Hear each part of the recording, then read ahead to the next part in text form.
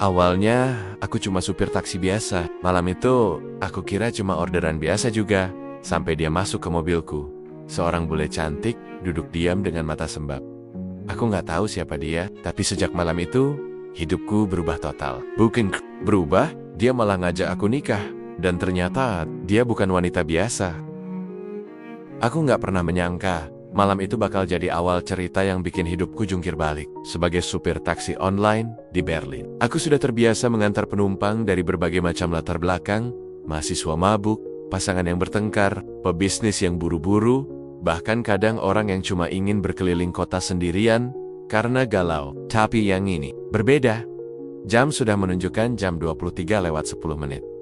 Aku sedang duduk di balik kemudi, memandangi Argo yang baru saja berhenti di angka yang menyedihkan. Hari ini sepi banget. Gak seperti biasanya. Baru 4 order sejak siang tadi. Aku hampir menyerah dan ingin pulang saja ke apartemen mungilku di pinggir kota. Tapi, notif masuk di ponselku. Orderan masuk. Lokasi penjemputan di Prenzlauer Berg. Tanpa pikir panjang, aku segera tekan tombol terima. Ini order terakhirku malam itu, pikirku. Sekalian pulang lewat situ. Ketika aku tiba di titik penjemputan, seorang wanita berdiri sendirian di pinggir jalan. Rambut pirangnya sedikit berantakan, wajahnya cantik tapi terlihat letih. Matanya merah seperti habis menangis. Dia mengenakan mantel panjang warna hitam yang sedikit kebesaran, membuatnya terlihat rapuh. Hampir seperti anak kecil yang tersesat, dia melangkah masuk ke mobilku tanpa banyak bicara. "Kemana, Miss?" tanyaku pelan. Dia diam beberapa detik, memandang kaca depan. Lalu dengan suara serak dia bilang, "Just drive around. Anywhere." Aku sempat ragu. Order tanpa tujuan jelas seperti ini jarang terjadi. Tapi ada sesuatu dalam tatapan matanya yang membuatku memilih tidak bertanya lebih jauh. Aku pun mengangguk pelan dan mulai melajukan mobil menembus malam kota Berlin yang lengang. Sepanjang perjalanan, aku bisa melihat dia hanya memandangi lampu-lampu jalan dari jendela. Sesekali dia menarik napas panjang. Sesekali mengusap pipinya yang basah. Aku mencoba fokus nyetir, tapi jujur saja aku juga penasaran. Siapa dia? Kenapa wanita secantik ini, yang seharusnya bisa berada di restoran mahal atau lounge mewah, malah sendirian melam-melam naik taksi dan terlihat patah hati? Di dalam hati, aku hanya berharap order ini cepat selesai dan aku bisa pulang. Tapi ternyata tidak. "Berapa jam kau kerja sehari?" Tiba-tiba dia bicara dalam bahasa Inggris yang cukup pelan, nyaris seperti bisikan. Aku agak terkejut. Kukira dia ingin tetap diam sepanjang perjalanan. 10-12 jam biasanya, jawabku sambil melirik lewat kaca spion. Kadang bisa lebih, tergantung banyaknya order. Dia mengangguk kecil. Senyumnya samar sekali, nyaris nggak kelihatan. "Kamu kelihatan sabar," katanya. Aku nggak ngerti kenapa dia bilang begitu. Aku cuma supir taksi biasa, bekerja keras demi bertahan hidup. Sabar? Mungkin iya. Karena cuma orang sabar yang kuat bertahan di negeri orang dengan kerjaan seperti ini. Dia kemudian mengeluarkan dompet kecil dari tasnya, mengeluarkan selembar uang 100 euro, dan menyodorkannya ke kursi depan. "Untuk malam ini, jangan buru-buru. Aku hanya ingin keliling kota." Aku langsung mengerem pelan. Serius, order seperti ini biasanya dihindari supir lain karena membuang waktu. Tapi 100 euro untuk sekadar muter-muter, itu gaji setengah hariku. "Baik, Miss, kalau begitu kita keliling saja," kataku akhirnya. Lalu dia menatapku melalui kaca spion. Untuk pertama kalinya, aku bisa melihat wajahnya dengan jelas. Matanya biru muda, indah, tapi sedih. "Ada luka yang dalam di sana. Namamu siapa?" tanyanya tiba-tiba. Aku agak kaget lagi. Jarang ada penumpang bule yang benar-benar tertarik menanyakan nama supir. "Dharma," jawabku singkat. Dia mengangguk pelan, lalu berkata, "Aku Elena." Nama yang cantik, cocok dengan wajahnya, tapi aku menahan diri untuk tidak bertanya lebih banyak. Biarlah, dia pasti punya masalah yang ingin dia pendam sendiri. Sepanjang hampir 1 jam berikutnya, aku hanya mengantar dia berkeliling kota, melewati Brandenburg Gate, jalanan Unter den Linden yang sunyi, dan taman kota yang gelap. Sesekali dia minta berhenti sebentar, hanya untuk memandang keluar jendela, lalu meminta aku melanjutkan perjalanan lagi. Sampai akhirnya, dia meminta aku berhenti di tepi sungai Spree. "Bisakah kamu tunggu di sini sebentar?" tanyanya. Aku hanya mengangguk. Dia turun perlahan, berjalan ke pinggir sungai, berdiri mematung. Tangannya gemetar, dan aku bisa melihat bahunya sedikit bergetar.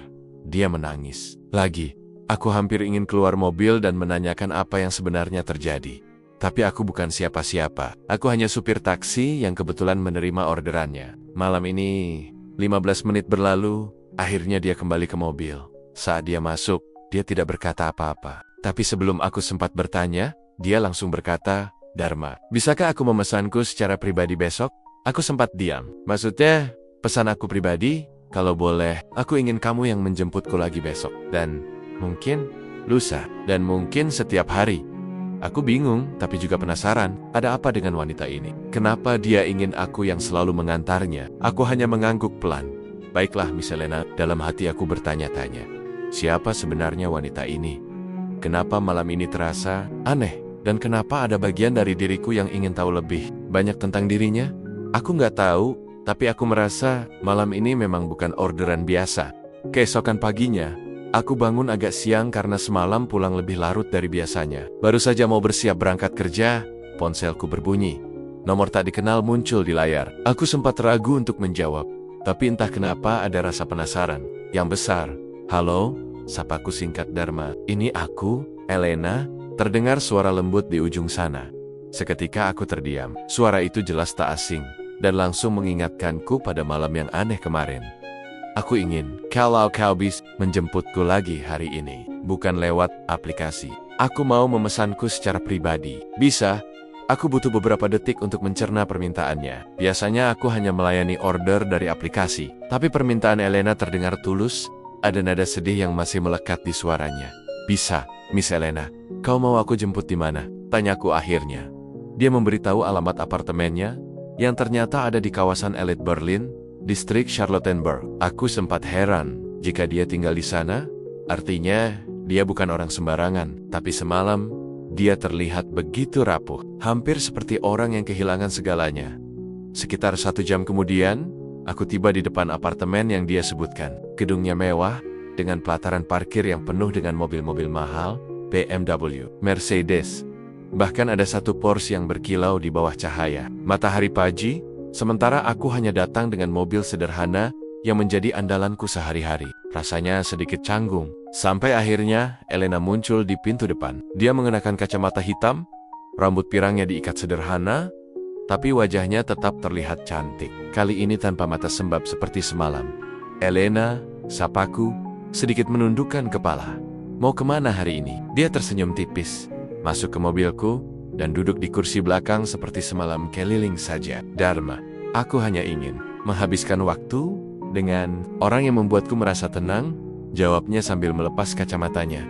Aku sempat menoleh ke kaca spion, berusaha membaca raut wajahnya. Ada sesuatu yang berbeda dari senyumnya, bukan sekadar basa-basi. Aku merasa dia benar-benar ingin berada di sini, di mobilku, bersamaku, selama hampir 2 jam. Aku mengantarnya berkeliling kota, tapi kali ini berbeda. Dia mulai lebih banyak bicara, lebih banyak bercerita tentang hidupnya, tentang keluarganya, tentang kesepiannya. "Aku tidak punya siapa-siapa di sini, Dharma," katanya lirih. "Semua orang hanya menganggapku sebagai pewaris harta keluarga. Teman-temanku, mereka cuma ingin dekat denganku karena statusku. Bahkan ayahku hanya peduli pada bagaimana caraku menjaga nama keluarga. Aku lelah, sangat lelah. Aku hanya mendengarkan, mencoba memahami perasaan seorang wanita yang terlihat sempurna dari luar, tapi ternyata begitu rapuh di dalam. Dan semakin dia bercerita, semakin aku merasa dekat dengannya. Aku juga bercerita sedikit tentang diriku, tentang keluargaku di kampung halaman, tentang impianku sederhana, bekerja keras di negeri orang, agar bisa mengirim uang untuk orang tuaku, tentang cita-cita kecilku untuk punya rumah sederhana di desaku nanti. "Elena," kataku pelan, "aku cuma orang biasa, supir taksi. Hidup sederhana banget, gak ada yang spesial." Tapi dia hanya tersenyum. "Itu dia yang membuatmu berbeda, Dharma. Kamu sederhana. Dan jujur, aku merasa aman bersamamu." Ada keheningan aneh setelah kalimat itu. Aku bisa merasakan ada sesuatu yang belum dia katakan, tapi aku memilih tidak mendesaknya. Menjelang sore, saat aku hendak mengantarnya pulang ke apartemennya, dia berkata, "Mulai besok, aku ingin kau hanya mengantarku saja. Jangan terima penumpang lain. Aku akan membayarmu lebih. Aku hanya ingin kau yang ada saat aku butuh." Aku sempat terdiam lama. Elena, wanita bule yang baru aku kenal semalam, ingin aku menjadi supir pribadinya, dan bahkan tidak peduli berapa uang yang harus dia keluarkan. Aku bingung, dan jujur saja, ada sedikit rasa takut. Siapa sebenarnya Elena ini? Kenapa dia seolah sedang mencari pelarian? Dan kenapa aku yang Aku mengantar Elena pulang, dan saat dia turun, dia sempat berkata sambil menatapku dalam-dalam, "Besok, aku akan ceritakan semuanya padamu." Aku janji. Aku hanya bisa mengangguk. Aku belum tahu apa yang sebenarnya terjadi dalam hidup wanita ini. Tapi satu hal pasti, hatiku mulai merasa terhubung dengannya. Dan aku juga tahu, hari ini awal dari sesuatu yang jauh lebih besar dari sekadar orderan taksi. Sejak hari itu, aku seperti punya rutinitas baru yang tidak biasa. Elena bukan lagi sekadar penumpang bagiku. Dia jadi seperti klien pribadi. Setiap pagi, dia akan menghubungiku, mengirim pesan singkat, "Pagi, Dharma. Bisa jemput jam 10, atau kadang hanya hari ini aku butuh keliling lagi." Dan entah kenapa selalu menjawab iya. Meskipun ada order lain yang harusnya bisa aku terima lewat aplikasi, tapi ada sesuatu dalam cara dia memandangku, dalam cara dia berbicara, yang membuatku tidak tega menolak. Rasanya seperti aku sedang menjaga seorang teman lama, meskipun kami baru saling kenal. Hari itu kami kembali berkeliling kota. Kali ini dia duduk di kursi depan, tidak seperti sebelumnya yang selalu duduk di belakang. Dia lebih banyak tersenyum, sesekali bercanda ringan. "Dharma, kamu tahu nggak, aku dulu paling benci naik taksi," katanya sambil tertawa kecil. Aku melirik heran. Kenapa begitu? Karena biasanya supir taksi selalu banyak bicara bosi-bosi, yang bikin aku capek, jawabnya. "Tapi kamu, diam saja. Nggak pernah maksa aku ngobrol, aneh banget." Tapi itu justru bikin aku nyaman. Aku hanya tersenyum kecil. Aku memang bukan tipe supir yang cerewet. Buatku, cukup jalankan mobil dengan baik, biarkan penumpang menikmati perjalanan. Tapi hari itu dia justru banyak bercerita. Elena bercerita tentang masa kecilnya, yang kelihatannya glamor, tapi ternyata sepi. Ayahnya seorang pebisnis besar pemilik jaringan hotel internasional. Ibunya sudah meninggal saat Elena masih belia. Sejak kecil, dia selalu dijaga asisten rumah tangga dan pengawal pribadi. Sekolah pun selalu di tempat elit, di mana teman-temannya lebih sering bersaing soal siapa yang lebih kaya daripada banner-banner berteman. Aku lelah. Semua orang hanya peduli aku ini siapa, bukan aku ini seperti apa, katanya dengan nada lirih. Aku hanya mendengarkan, sambil kadang memberi senyum. Untuk menenangkannya, aku bercerita sedikit juga tentang hidup, tentang keluargaku di kampung di Jawa Tengah, yang sekarang sepenuhnya bergantung pada kirimanku. Tentang mimpiku punya rumah sederhana di desa, cukup untuk tempat tinggal orang tuaku dan adik-adikku. "Elena, aku cuma seorang Dharma, supir taksi yang berjuang keras buat hidup. Aku ini nggak ada istimewanya," aku berkata jujur. Dia menatapku lama sekali. Ada keraguan di matanya, tapi juga ada sesuatu yang lebih dalam, seperti harapan. "Kamu justru istimewa, karena itu," katanya pelan. Sepanjang hari, aku mengantar Elena ke tempat-tempat yang bagiku hanya latar biasa di kota ini. Taman kota, tepi sungai, kafe kecil yang sepi. Tapi baginya, semua tempat itu seperti pelarian dari hidupnya yang terpenjara. Sampai akhirnya, ada momen yang tidak aku sangka. Sore itu, saat aku mengantar Elena kembali ke apartemennya, dia tidak langsung turun dari mobil. Dia diam sejenak, lalu berkata, "Dharma, mulai sekarang, aku ingin kamu tidak menerima penumpang lain. Aku akan membayarmu lebih. Berapapun yang kamu minta, aku ingin kamu hanya ada untukku." Aku langsung terdiam. Serius, aku bukan sopir pribadi. Aku hanya taksi online biasa. Kenapa dia ingin aku hanya mengantarnya saja? Dia bisa saja menyewa sopir profesional dari perusahaan penyedia layanan mewah. Kenapa? Melihat wajahku yang penuh tanda tanya, dia melanjutkan. "Aku nggak tahu harus mulai cerita dari mana. Tapi aku janji, besok aku akan cerita semuanya. Aku hanya butuh kamu. Tetap di sini, Dharma. Aku butuh seseorang yang aku bisa percaya." Kalimat itu terasa berat. Aku belum sepenuhnya mengerti apa yang sebenarnya terjadi dalam hidup Elena. Tapi satu hal yang aku rasakan jelas, dia kesepian, sangat kesepian. Dan entah kenapa, aku mulai merasa peduli padanya. Malam itu aku pulang dengan pikiran campur aduk. Aku memandang ponselku. Ada beberapa orderan yang aku tolak demi Elena. Uang yang dia bayar memang lebih dari cukup. Tapi ini lebih dari sekadar uang. Aku merasa mulai masuk ke dalam hidup orang asing yang rumit, yang penuh rahasia. Siapa sebenarnya Elena? Kenapa dia seolah berusaha kabur dari sesuatu? Dan kenapa aku, seorang supir taksi biasa, yang dia pilih untuk mendampingi dia? Partnya itu berputar-putar di kepalaku. Besok, dia bilang akan cerita semuanya. Aku penasaran, tapi juga sedikit takut. Apa yang akan dia katakan? rahasia apa yang dia sembunyikan. Tapi ada satu hal yang aku tahu pasti. Mulai saat itu, Elena bukan lagi sekadar penumpang. Dia sudah menjadi bagian dari hariku. Dan mungkin, tanpa aku sadari, juga dari hidupku. Harriet, aku datang lebih pagi dari biasanya ke apartemen Elena. Panggilan teleponnya semalam masih terenjang-jang. Besok aku akan cerita semuanya. Dharma, semuanya. Aku memarkir mobil di depan gedung mewah tempat tinggalnya. Pelem sempat. Aku menunggu lama. Elena sudah muncul di pintu utama. Hari ini dia terlihat berbeda, pakaiannya sederhana. Hanya sweater abu-abu dan celana jeans, tapi wajahnya terlihat lega. Ada sesuatu di matanya yang lebih tenang dari sebelumnya. Dia masuk ke mobilku. Kali ini kembali duduk di kursi belakang. Halo, Dharma, siap keliling hari ini? Katanya sambil tersenyum. Aku mengangguk sambil mencoba terlihat biasa saja. Padahal di dalam hati penuh pertanyaan. Apa yang sebenarnya mau dia ceritakan hari ini? Kami mulai perjalanan menyusuri jalan-jalan Berlin, yang pagi itu masih relatif sepi. Awalnya percakapan kami ringan, membahas pemandangan di taman kota, kafe-kafe kecil yang baru buka, dan cuaca yang mulai membaik setelah hujan semalam.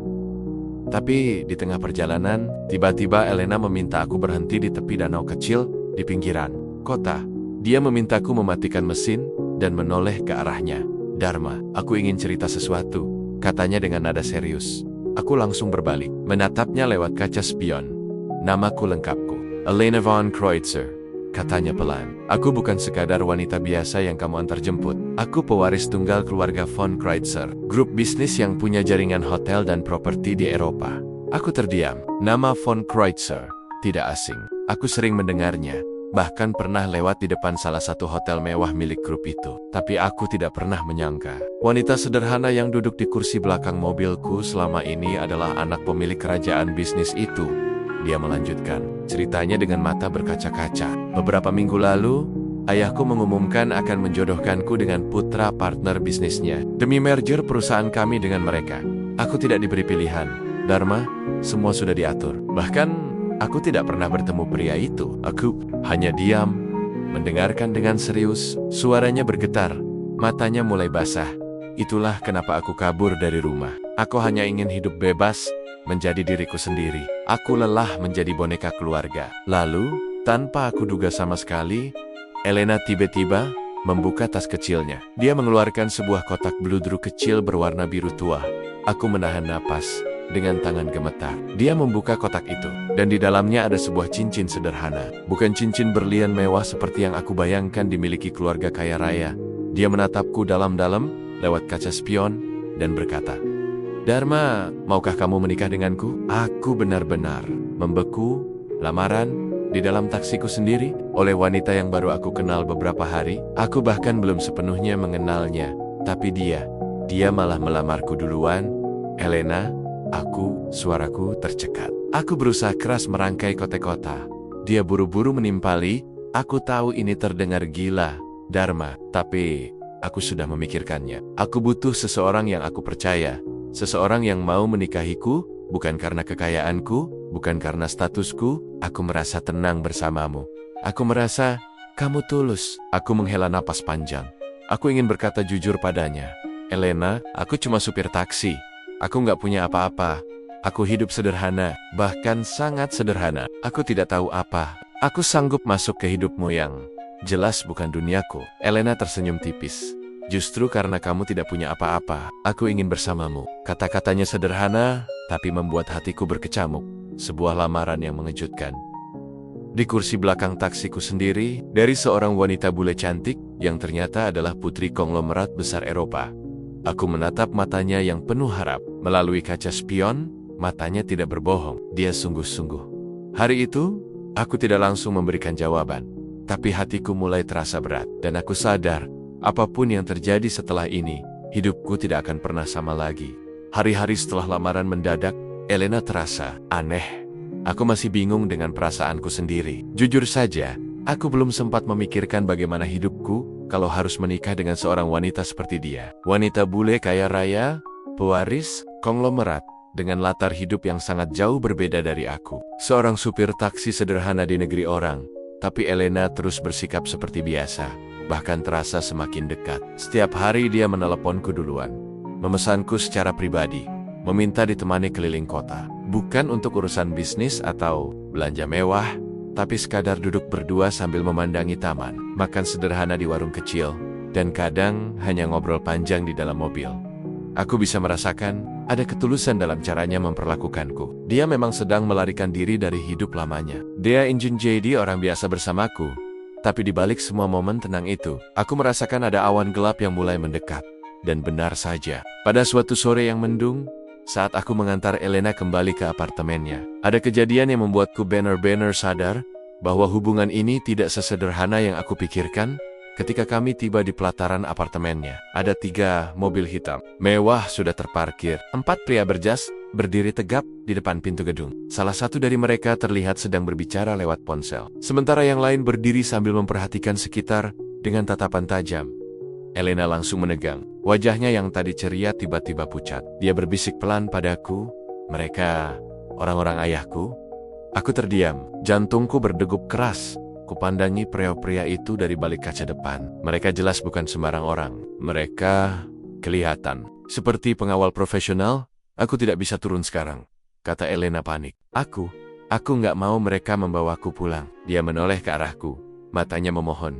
"Dharma, tolong bawa aku pergi. Sekarang juga." Tanpa pikir panjang, aku injak pedal gas dan segera memutar arah. Aku tahu aku bukan siapa-siapa untuk ikut campur urusan keluarga kaya raya, tapi ada sesuatu dalam ketakutan Elena yang membuatku tidak tega meninggalkannya begitu saja.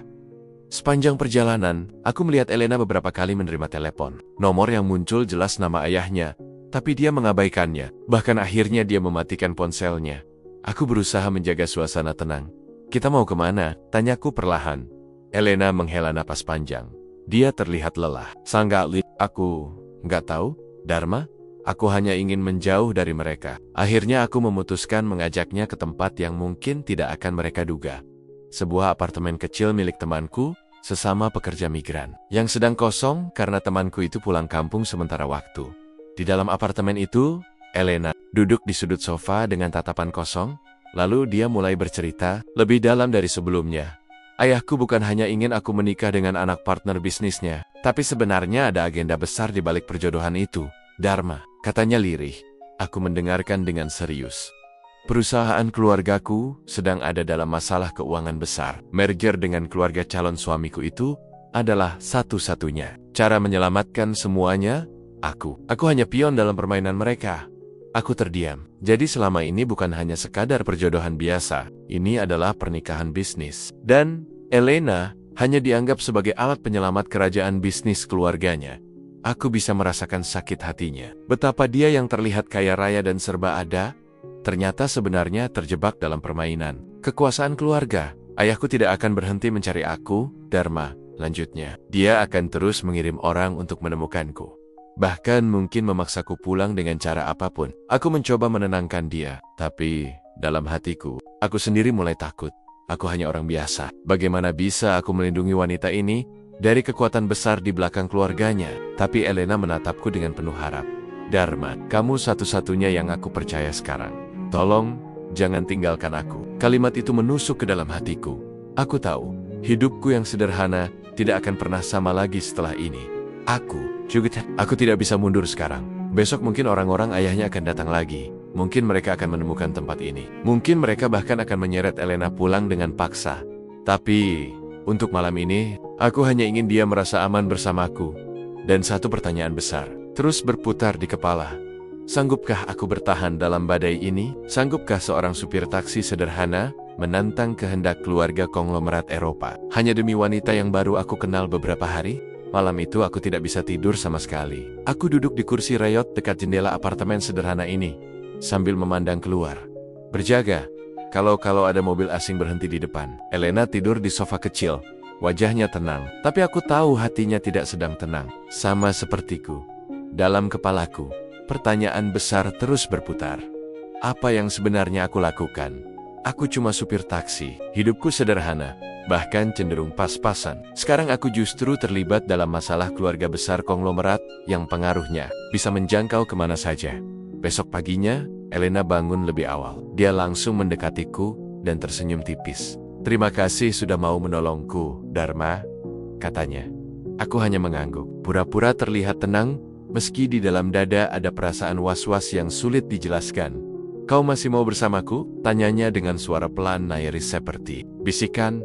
Pertanyaan itu menusuk langsung ke hatiku. Aku tahu jawabanku tidak hanya sekadar kata iya atau tidak. Ini soal keberanian, soal risiko. Tapi aku juga sadar, aku tidak bisa mundur sekarang.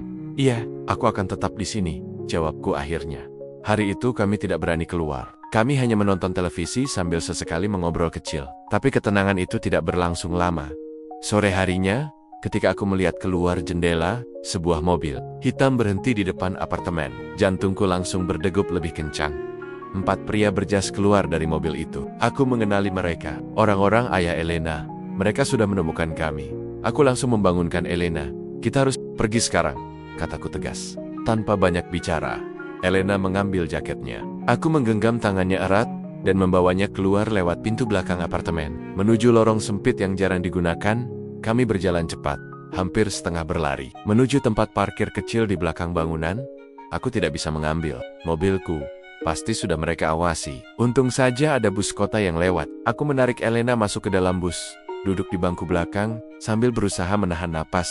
Dari jendela bus, aku melihat pria-pria itu mulai masuk ke gedung apartemen. Aku merasa lega. Setidaknya untuk saat ini, kami berhasil kabur. Sepanjang perjalanan, Elena menggenggam tanganku erat. Tangannya dingin, tapi aku bisa merasakan dia juga berusaha keras tetap tenang. "Maaf, aku membuatmu terlibat sejauh ini." "Dharma," katanya lirih. Aku menggeleng. "Tidak apa-apa, aku tidak bisa membiarkanmu sendirian." Ketika bus berhenti di halte tengah kota, aku memutuskan membawa Elena ke sebuah hostel murah di daerah Kreuzberg. Tempat ini lebih ramai, lebih anonim. Mungkin mereka akan lebih sulit melacak di sini. Kami menyewa kamar sederhana. Hanya ada ranjang kecil dan jendela yang menghadap gang belakang. Di kamar itu, kami duduk berdampingan, sama-sama terdiam. Akhirnya Elena memecah keheningan. "Aku tahu ini berat buatmu, Dharma, tapi aku tidak bisa kembali. Kalau aku pulang, aku akan jadi pion keluarga. Mereka akan menikahkanku dengan pria yang tidak aku cintai hanya demi bisnis. Hidupku akan berakhir di sana." Aku menatapnya dalam-dalam. Dia tidak berbohong. Aku bisa melihat ketulusan dan ketakutan dalam matanya. Tapi aku juga sadar, aku tidak punya apa-apa untuk melindunginya. Aku hanya punya tekad dan sedikit keberanian. "Aku akan tetap bersamamu," kataku akhirnya. Pelan. Elena tersenyum. "Aku percaya padamu, Dharma. Hanya padamu." Tapi jauh di dalam hatiku, aku tahu, pria-pria ayahnya tidak akan berhenti mencari. Mereka pasti akan terus mengejar. Dan cepat atau lambat, mereka akan menemukan kami. Malam itu, sebelum tidur, aku duduk di jendela kamar hostel, menatap lampu-lampu kota Berlin. Aku bertanya pada diriku sendiri, apa yang sedang aku lakukan? Aku hanya orang biasa, tapi aku sudah masuk terlalu dalam hidup wanita ini. Dan aku tahu, besok mungkin badai yang lebih besar akan datang. Aku siap atau tidak, aku sudah memilih jalan ini. Demi dia, demi Elena. Malam itu terasa lebih panjang dari biasanya. Aku hanya duduk di pinggir ranjang sempit hostel murah itu, memandang Elena yang tertidur lelap di sisi lain ruangan. Wajahnya terlihat tenang, tapi aku tahu di balik itu semua, dia menyimpan banyak ketakutan. Aku juga tidak bisa membohongi diriku sendiri ya. Aku takut karena aku tahu orang-orang ayahnya pasti sudah mengepung kota ini. Tidak ada tempat yang benar-benar aman untuk orang seperti Elena. Atau untukku, supir taksi biasa, yang tiba-tiba menjadi orang paling dicari oleh keluarga konglomerat Eropa. Dan benar saja, keesokan paginya, saat aku baru saja keluar kamar sebentar untuk membeli kopi di depan hostel, seorang pria asing menepuk bahuku dari belakang. "Dharma?" tanyanya dengan logat Jerman yang jelas. Aku hanya bisa mengangguk perlahan. "Pelem sel." Aku berkata apa-apa. Dia menyodorkan sebuah amplop kecil. "Dia ingin bertemu denganmu," ucapnya singkat. Aku membuka amplop itu setelah pria itu pergi. Di dalamnya hanya ada secari kertas dengan tulisan tangan sederhana. "Cafe di sudut Hermannplatz. Pukul X sendirian. Von Kreuzer. Von Kreuzer. Ayah Elena." Aku kembali ke kamar dengan kepala penuh pertanyaan. Aku harus memberitahu Elena, atau aku pergi diam-diam? Tapi satu hal yang aku tahu pasti, cepat atau lambat aku memang harus berhadapan dengan pria itu. Akhirnya, aku memutuskan pergi tanpa membangunkan Elena. Aku meninggalkan catatan kecil. "Aku pergi sebentar. Tunggu aku di sini. Aku janji akan kembali." Pukul 10 tepat aku sudah duduk di kafe yang disebutkan. Tempatnya tenang. Terlalu tenang untuk ukuran Hermannplatz yang biasanya ramai. Di salah satu sudut kafe, seorang pria paruh-baya berdiri dengan pakaian rapi. Wajahnya dingin, penuh wibawa. Aku langsung tahu, dialah ayah Elena. Dia melambaikan tangan memintaku duduk di depannya. Dharma, sapanya dengan suara datar, tapi tajam. Aku langsung saja. Aku tahu kamu yang membantu putriku kabur. Aku tidak marah. Aku hanya ingin dia pulang. Aku menatapnya pelan. Dia tidak mau pulang, Tuan. Pria itu tersenyum tipis. Senyum yang penuh makna. Dance membuatku merasa seperti bocah kecil yang diajak bicara oleh guru besar. Kamu tahu siapa dia? Kamu tahu apa yang dia tinggalkan hanya demi ikut denganmu? Aku mengangguk. Dia sudah cerita semuanya. Von Kreuzer menyandarkan tubuhnya, lalu berkata pelan. Lalu apa yang bisa kamu berikan padanya? Dharma, kamu hanya seorang supir taksi. Kamu tidak punya apa-apa. Kamu tidak bisa melindungi dia dari dunia yang keras ini. Aku terdiam beberapa detik. Kata-katanya menusuk. Tapi memang benar, aku tidak punya apa-apa. Tapi aku juga sadar, yang Elena butuhkan mungkin bukan kekayaan atau perlindungan. Dia butuh seseorang yang tulus. Dengan suara pelan tapi yakin, aku berkata, mungkin saya tidak punya apa-apa, Tuan. Tapi saya bisa berikan satu hal. Hati saya yang tulus. Saya bisa mencintai dia. Bukan karena siapa dia, tapi karena dia, Elena. Von Kreuzer mengerutkan dahi. Kamu mencintainya? Aku menatap mata pria itu tanpa ragu. Ya, saya mencintai Elena. Apa adanya. Suasana menjadi hening. Aku bisa melihat wajah Von Kreuzer sedikit berubah. Tidak ada lagi sorot dingin yang menusuk. Matanya justru terlihat lega, atau mungkin ini yang disebut ujian. Beberapa saat kemudian dia menghela napas panjang. Kamu tahu, Dharma, aku sudah lama tahu putriku tidak bahagia. Tapi aku juga seorang pengusaha. Aku harus menyelamatkan bisnis keluarga kami. Dia memandangku serius. Aku tidak bisa melarang dia jika dia memilihmu. Tapi aku ingin tahu satu hal. Apa kamu cukup kuat berdiri di sisinya? Meski seluruh dunia akan memandang rendah kalian, aku hanya menjawab dengan satu kalimat yang keluar dari hatiku. Selama Elena ingin aku tetap di sampingnya, aku tidak akan pergi. Von Kreuzer diam beberapa detik, lalu tersenyum tipis. Bagus, kita lihat seberapa lama kau bisa membuktikan itu. Setelah pertemuan itu, aku kembali ke hostel. Elena langsung memelukku erat saat aku masuk. Matanya berkaca-kaca, mungkin dia takut aku tidak akan kembali. Aku mencintaimu, Elena, kataku akhirnya, tanpa ragu. Aku ingin kita jalani ini, apapun risikonya. Elena menangis dalam pelukanku. Tapi tangisnya bukan lagi karena ketakutan, tapi kelegaan. Di detik itu, aku tahu, aku sudah benar-benar memilih jalan hidup baru. Dan aku juga tahu, hidup kami berdua tidak akan pernah lagi sama setelah hari itu. Setelah pertemuan itu, hidupku benar-benar berubah. Tidak ada lagi pengejaran. Tidak ada lagi tatapan curiga dari orang-orang ayah Elena. Semuanya seperti mereda begitu saja. Seolah-olah Von Kreuzer memang sengaja menguji aku. Namun, aku tahu, di balik sikap diam ayahnya, pasti ada banyak pertimbangan besar yang sedang dia pikirkan. Ini bukan hanya tentang hubungan antara aku dan Elena. Ini tentang citra keluarga besar yang selama ini mereka bangun. Tentang kekuatan bisnis yang menjadi pondasi nama mereka. Tapi entah bagaimana, dia membiarkan kami hidup dalam pilihan kami sendiri. Elena tetap tinggal bersamaku di apartemen sederhana itu selama beberapa minggu. Setiap pagi kami sarapan di warung kecil dekat hostel, berjalan kaki keliling taman kota. Sesekali duduk di bangku panjang sambil sekadar bercerita tentang mimpi-mimpi kecil kami. Aku mulai mengenal Elena yang sebenarnya, seorang wanita yang ternyata mudah tertawa, suka bercanda sederhana, dan jujur saja, tidak bisa masak. Bahkan dia sering kesulitan menanak nasi di rice cooker yang aku pinjam dari teman. Aku tertawa kecil setiap kali dia gagal masak mie instan. Dan dia juga selalu tertawa saat aku salah mengucapkan kata-kata bahasa Jerman. Hubungan kami benar-benar sederhana. Tidak ada pesta mewah, tidak ada makan malam romantis di restoran bintang 5, hanya kebersamaan sederhana yang terasa tulus. Sampai akhirnya, pada suatu sore, saat kami duduk di bangku taman, Elena menatapku dengan senyum yang berbeda. Dharma, aku ingin kita menikah. Benar-benar menikah. Bukan hanya karena aku kabur dari ayahku, tapi karena aku mencintaimu, katanya pelan. Aku memandang matanya dalam-dalam. Aku tahu dia serius. Beberapa minggu kemudian, kami resmi menikah. Bukan pernikahan besar di hotel megah, tapi pernikahan sederhana di kantor catatan sipil Berlin. Hanya kami berdua dan 2 orang sahabatku sebagai saksi. Elena mengenakan gaun putih sederhana, tanpa mahkota mewah, tanpa riasan yang berlebihan, dan aku hanya mengenakan jas murah yang kupinjam dari teman sesama supir taksi. Tapi kami bahagia, sangat bahagia. Yang lebih mengejutkan lagi, setelah pernikahan itu, ayahnya Von Kreutzer datang menemui kami. Kali ini tanpa pengawal, tanpa mobil mewah. Hanya dia seorang diri. Dia memeluk Elena cukup lama, lalu menghampiriku. Dharma, kamu memang bukan pria yang aku pilih. Tapi aku bisa lihat dia bahagia bersamamu. Aku akan berhenti memaksanya. Tapi aku juga ingin memberimu satu kesempatan. Katanya sambil menyodorkan sebuah map besar. Aku membukanya perlahan. Ternyata isinya adalah surat penunjukan resmi. Aku ingin kamu menjalankan salah satu properti kami di Berlin. Bukan sebagai hadiah, tapi sebagai tugas. Aku ingin lihat, apakah pria sederhana sepertimu bisa menjaga sesuatu yang besar? Aku sempat terdiam. Ini bukan sekadar tawaran, ini semacam pengakuan darinya.